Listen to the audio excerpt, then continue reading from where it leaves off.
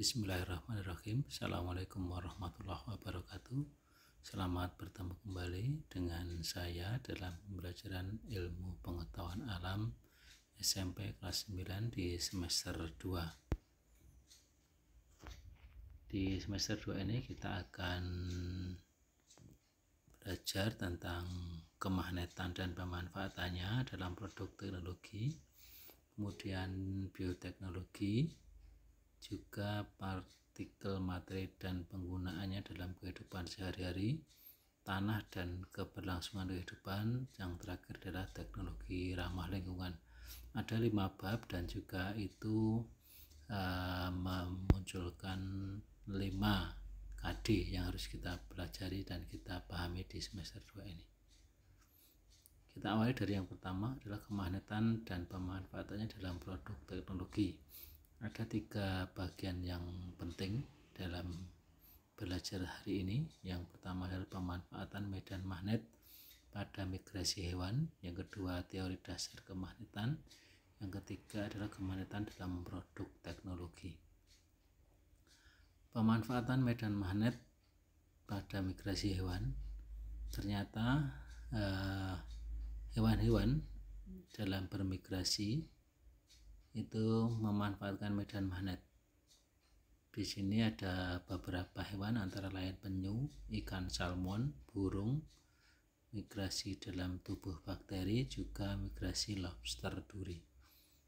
Bisa kalian perhatikan di sana ada bintik-bintik yang bergerak dari kutub utara menuju kutub selatan, berkaitan dengan waktu bergerak, kemudian kembali lagi ke utara dan seterusnya.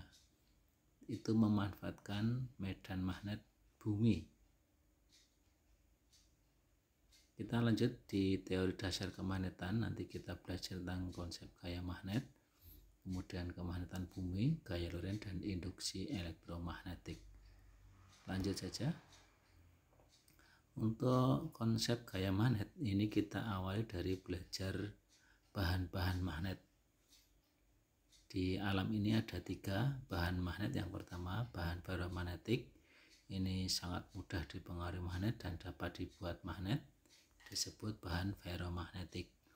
Bahan paramagnetik itu dapat dipengaruhi magnet namun tidak bisa dibuat magnet.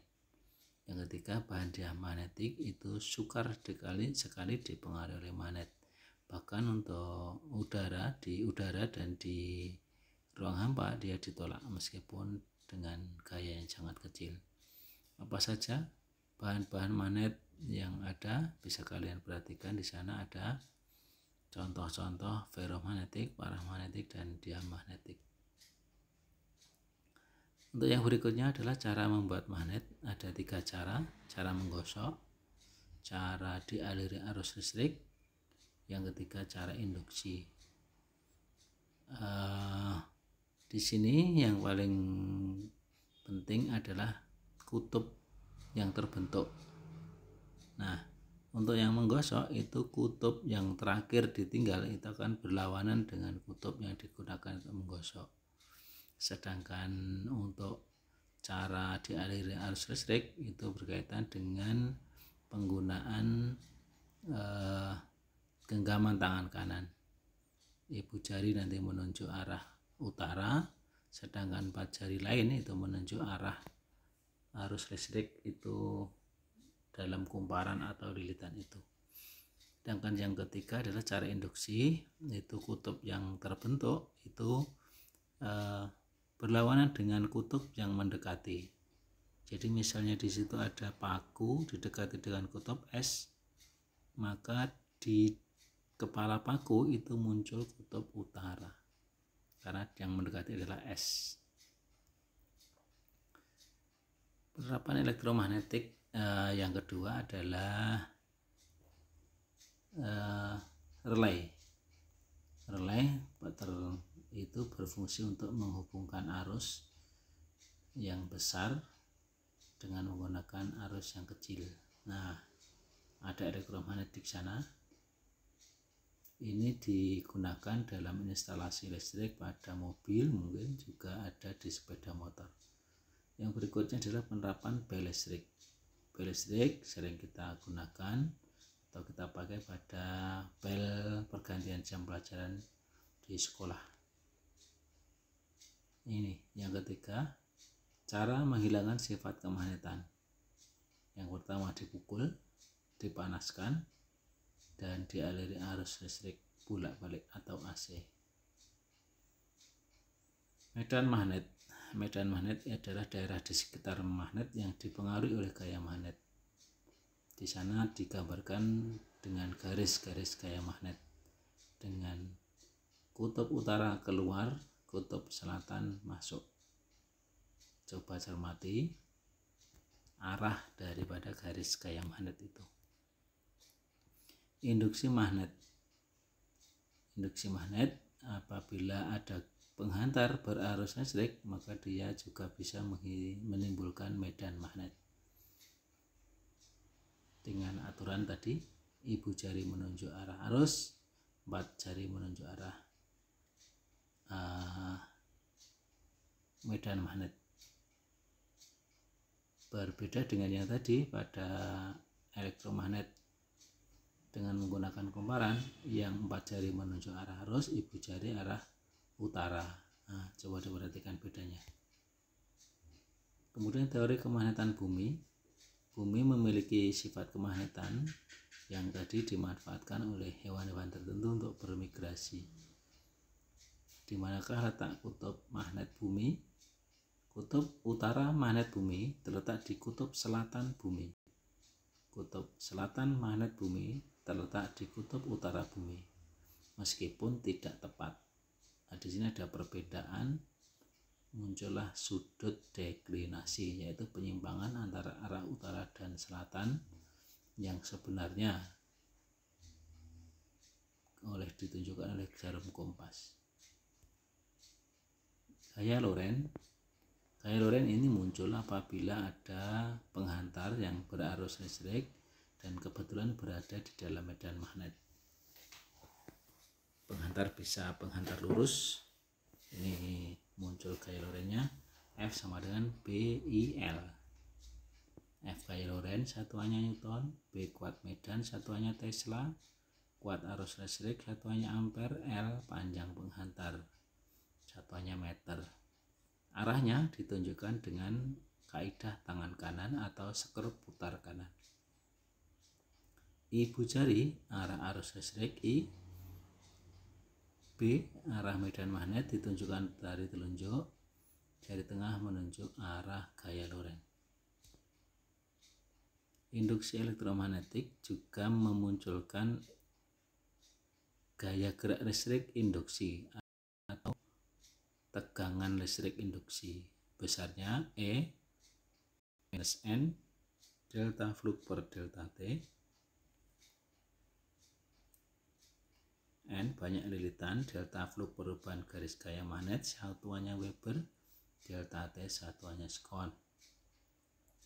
Sedangkan untuk penghantar yang bergerak dalam medan magnet itu E sama dengan BLV. L panjang penghantar, V kecepatan gerak, B induksi magnetik.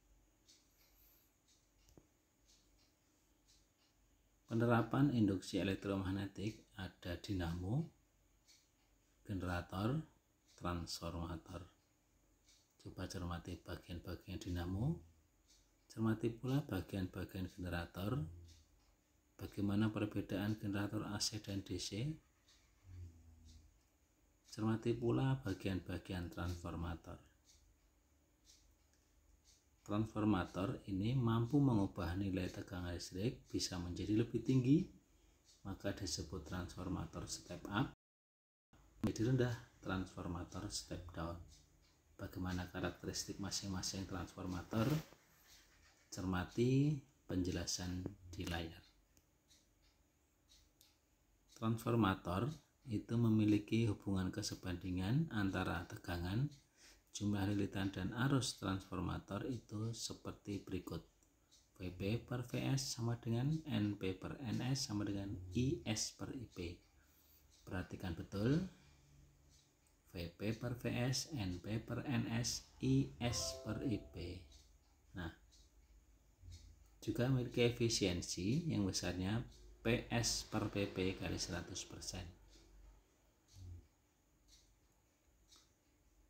Perhatikan contoh soalnya, cermati langkah-langkahnya. Kemagnetan dalam produk teknologi ada beberapa contoh. Di sini dimunculkan adalah MRI, Magnetic Resonance Imaging, yang ini berfungsi untuk menggambarkan kondisi di dalam organ tubuh manusia menggunakan sistem resonansi magnetik. Kamu bisa mencari nanti di internet bagaimana cara kerjanya. Juga digunakan pada pembangkit listrik tenaga nuklir. Teknologi terbaru yang menggunakan kemagnetan adalah maglev, kereta super cepat.